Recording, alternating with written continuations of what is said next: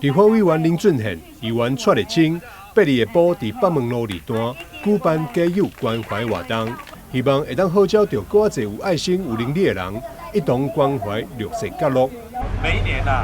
都做了很多的相关的慈善活动，尤其有很多我们平常不会注意到的一个角落，谢谢今天我们立基议员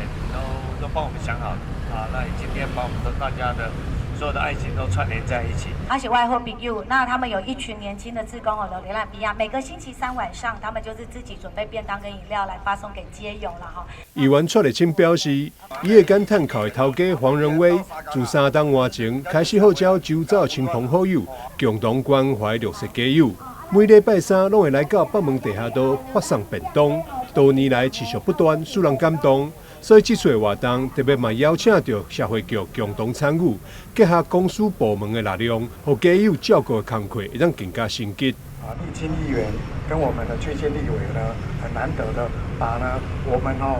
本来不该认识的，今天全部串联在一起。社会资源就是这样子啦，有时候我觉得单靠我们政府力量还真的蛮有限。今天非常感谢呢，今天串联起来呢，一起来协助我们要被协助的人，那也希望说以后能够多多办这一种的资源连结整合的活动，让我们更多的族群呢可以受益当初为什么想讲想发起这个活动？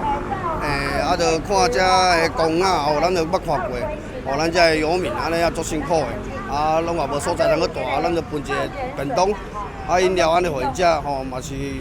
对这个社会较有一种温暖安尼啦。这次活动除了有立委民代、政府部门、爱心人士参与，立爱文教关怀协会理事长黄荣礼也来到现场发送生活礼券，并希望未来会当甲爱心企业结合，辅导家友一技之长，协助因找到头路，互因会当尽早回归社会。记者张世伟采访报道。